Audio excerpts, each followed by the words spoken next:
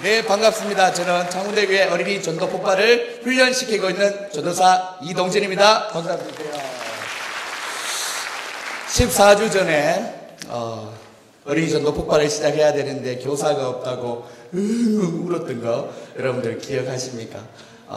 그 기도에 또 응답하시고 우리 성도님들 너무 잘 염려해 주시고 기도해 주시고 격려해 주셔서 이번 훈련을 잘 마치게 되었습니다. 우리 어린이 전도 폭발 훈련은 바로 이런 것을 하는 곳입니다. 다 같이 한번 읽어볼까요? 시작! 초등학교 어린이들을 대상으로 복음을 선명하게 심어주고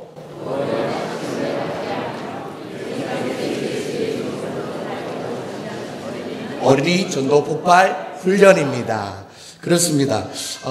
여러분들 14주 동안 저희들이 토요일 아침 10시부터 12시까지 12명의 친구들과 또한 6명의 선생님들이 함께 모여서 하나님 앞에 훈련을 받으면서 또한 말씀을 암송하고 또한 실제로 2차례나 나가서 전도를 하게 될 때에 정말 처음에는 어렵고 힘들었지만 복음을 담대하게 전했을 때 복음에 반응하는 그리고 영접 기도를 하고 주님을 결신하는 친구들을 바라봤습니다. 오늘 그 어린이 전도 폭발 복음의 전문을 원래는 한 명이 처음부터 끝까지 한 7분 동안 쫙 복음을 전하는 것인데 오늘 12명의 수료자 친구들을 조금 분할하여서 친구들 한 명 한 명씩 돌아가면서 발표해 보려고 합니다.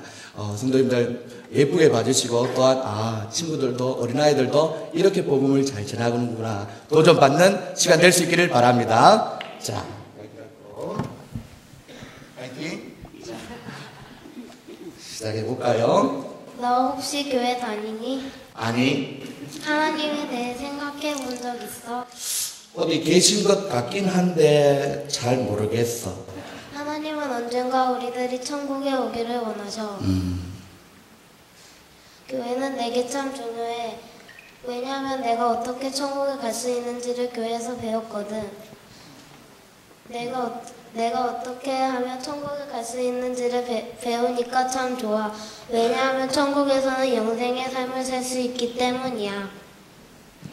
하나만 물어볼게. 너는 오늘 밤에 죽는다면 천국에 간다는 것을 확신하니? 잘 모르겠는데. 하나만 더 물어볼게. 만일 하나님께서 왜 너를 천국에 들여보내야지? 라고 물어보신다면 뭐라고 대답하겠니? 갑자기 물으니까 아무 생각이 안 나. 하지만 내가 착한 일을 많이 했으니까 아마 천국 갈 수 있겠지? 너에게 들려줄 정말 좋은 소식이 있어.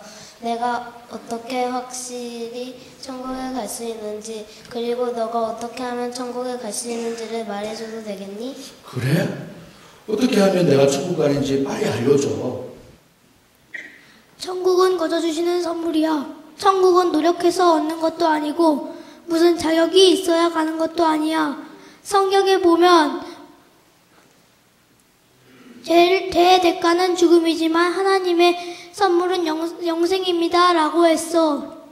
또 성경에 보면 너희는 그 은혜에 의하여 믿음으로 말미암아 구원을 받았으니 이것은 너에게서 난 것이 아니요 하나님의 선물이라. 행위에서 난 것이 아니니 이는 누구든지 자랑하지 못하게 함이라고 했어.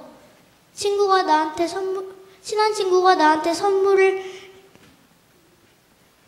선물을 주었는데, 비싼 선물을 주었는데 주머니에 손을 넣어 선물값을 내려고 하거나 선물값 대신 일을 해주겠다고 하면 그것은 더 이상 선물이 아니겠지? 마찬가지로 천국도 돈을 내거나 일을 해서 갈 수는 없어. 그러면 천국은 선물이 되지 못할 테니까.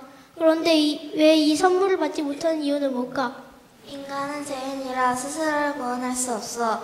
성경에 보면 모든 사람이 죄를 지어 하나님의 영광에 이를 수 없게 되었습니다 라고 했어. 죄란 뭘까? 죄란 거짓말, 도둑질, 속임수, 불순종같이 하나님을 기쁘시게 하지 않는 우리의 모든 생각이나 말이나 행동이나 마땅히 할 일을 하지 않는 것 등을 말해. 인간은 완전할 수 없기 때문에 스스로를 구원할 수 없어. 또 성경에 보면 하늘에 계신 너희 아버지가 완전하신 것처럼 너희도 완전하도록 하여라 라고 했거든. 착한 일을 많이 해서 천국 가려고 하는 것은 마치 썩은 계란을 갖고 초콜릿집 쿠키를 구우려고 하는 것과 같아. 비록 밀가루, 설탕, 버터가 다 싱싱해도 썩은 계란 한 개가 쿠키 전체를 망쳐버려. 이렇게 하나님의 눈에는 단 하나의 죄만 있어도, 나쁜 생각 한 번이나 욕 한 번만으로도 우리가 하는 모든 착한 일을 망쳐버리기에 충분해. 알겠니? 단순히 착한 것으로나 조금만 썩은 것일지라도 하나님의 완전한 표준에 도달하지는 못해. 이제 왜 우리가 우리 자신을 구원할 수 없는지 알겠지? 그러면 왜 하나님은 완전한 것을 원하실까? 하나님은 사랑이 많으시지만 또한 공의로우셔. 성경에 보면 하나님은 사랑이시라. 하지만 죄를 그냥 보고 넘기지는 않겠다라고 했어. 한편으로 하나님은 우리를 사랑하셔서 우리를 벌하기를 원치 않으시지만 또 한편으로 하나님은 공의로우셔서 반드시 우리 죄를 벌하셔야만 돼. 오래전에 가르시아라는 사람이 살았었어. 그는 어떤 무리의 지도자였어. 그의 무리는 시골에서 텐트를 치고 살았는데 계속 옮겨 다녔어. 그들은 또한 가족들고 데리고 다녔어. 어느 날 밤 가르시아의 부하가 그에게로 와서 말하기를 누군가가 식량 창고에 침입하여 식량을 훔쳐갔다는 거야. 가르시아는 분노했어. 왜냐하면 식량이 충분하지 않아서 똑같이 배급을 받아야 했거든. 얼마 지나지 않아 그 부하가 가르시아에게 와서 식량이 또 도난당했다고 말했어. 그는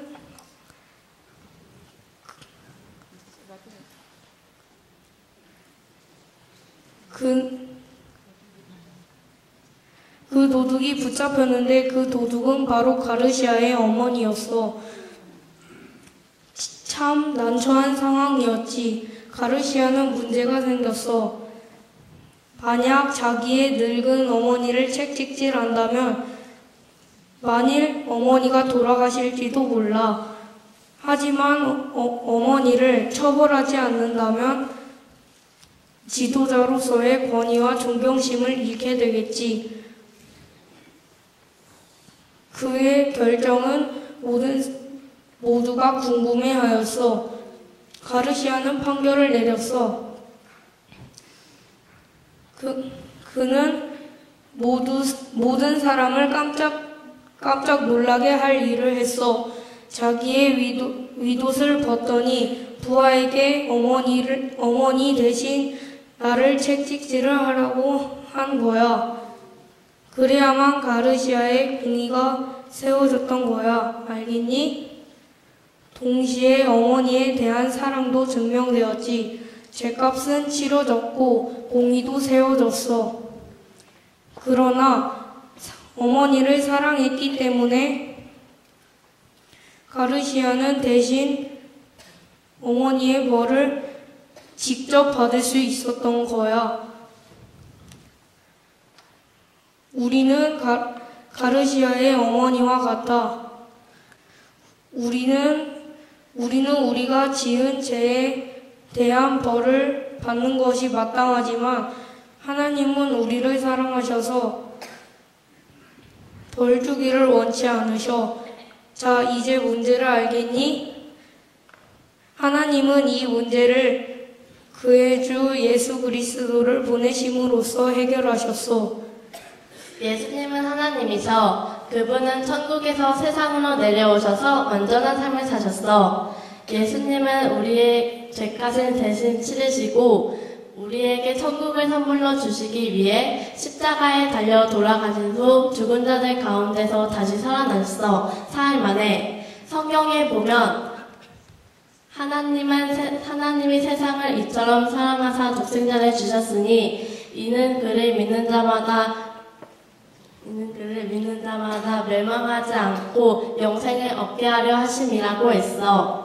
이 책에 내 삶을 모두 기록해둔 책이라고, 아주 상세히 기록해둔 책이라고 생각해 볼게. 여기에는 착한 일도 있지만 나쁜 일도 있어.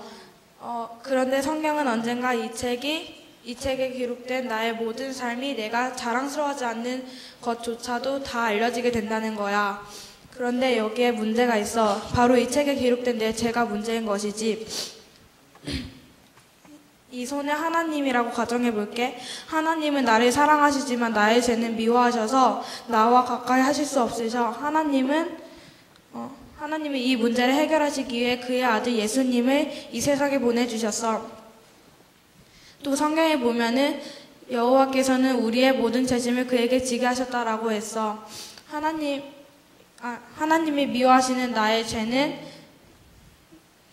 나를 위해 십자가를 지시고 형벌을 받으신 예수님에게로 옮겨진 거야. 나의 죄값이 다 치러졌기 때문에 나는 하나님과 사귈 수 있게 되었어. 무엇보다 더 기쁜 것은 하나님께서 너와 나에게 천국을 선물로 주신다는 거야. 그러면은 영생의 선물은 어떻게 받을까? 바로 믿음으로 받는 거야.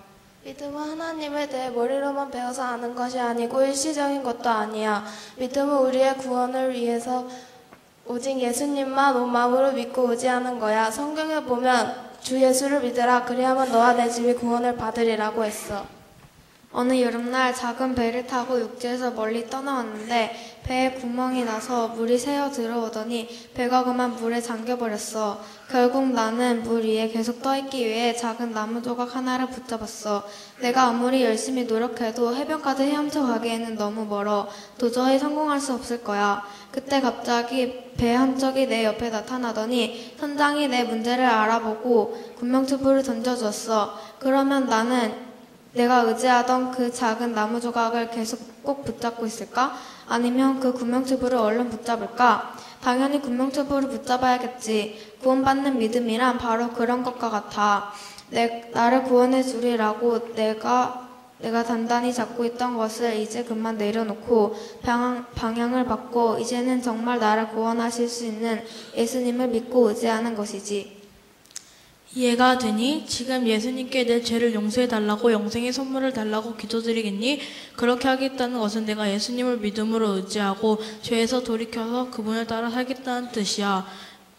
또 예수님은 오늘도 살아계셔서 누구든지 그분을 의지하는 사람과 함께 하시겠다고 약속하셨어. 성경에 보면 예수님이 볼지어다 내가 문 밖에 서서 두드리니 누구든지 내 음성을 듣고 문을 열면 내가 그에게로 들어가리라 라고 말씀하고 계셔.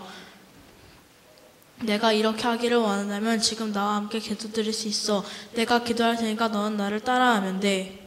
사랑하는 예수님, 제 죄를 용서해 주세요. 제 삶 속에 주님으로 저의 구원자로 들어와 주세요. 예수님의 이름으로 기도드렸습니다. 아멘. 성경에 보면 진실로 진실로 너에게 이르노니 믿는 자는 영생을 가졌나니라고 했어. 이제 너는 언젠가 천국에 가서 하나님과 영원히 살게 된다는 것을 확실히 알겠니? 만일 하나님께서 내가 왜 너를 천국에 들여보내야 하지? 라고 물어보신다면 이제는 어떻게 대답하겠니? 또 성경에 보면 누구든지 그분을 영접하는 사람들, 그분의 이름을 믿는 사람들에게는 하나님의 자녀가 되는 자격을 주셨습니다. 라고 했어. 하나님의 가족이 된 것을 축하해.